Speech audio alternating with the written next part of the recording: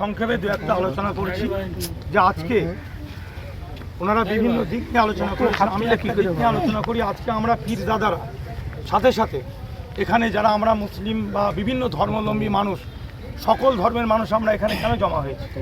একটাই কারণে, অন্য কোনো কথা নয়, খুব সংক্ষেপে, এটা কোনো বড় বক্তব্য দেওয়ার জায়গা নয়, যে যারা আজকে এই কাজটা ঘটিয়েছে, নৃশংস হত্যা করেছে, টুরিস্টদের উপরে এই যে অত্যাচার, নিরীহ মানুষ, নিরস্ত্র মানুষ, এদের শাস্তি অতি শীঘ্রই দিতে হবে, কোনো ডিলে করা যাবে না। আজ হচ্ছে, কাল হচ্ছে, পরশু হচ্ছে নয়। কেন্দ্রীয় সরকারের কাছে এটা আমার দাবি, আমাদের সকলের দাবি। কেন? আমরা এমন একটা ঘরানার ছেলে, আমরা এখানে যারা দাঁড়িয়ে আছি, আমার পূর্বপুরুষরা সম্প্রীতি শান্তির বাতাবরণ তৈরি করেছে ভারতবর্ষের বুকে।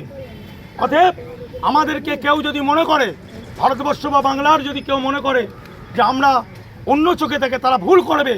তারা ইতিহাস পড়েনি, তারা মূর্খগুলো এইগুলো বলছে।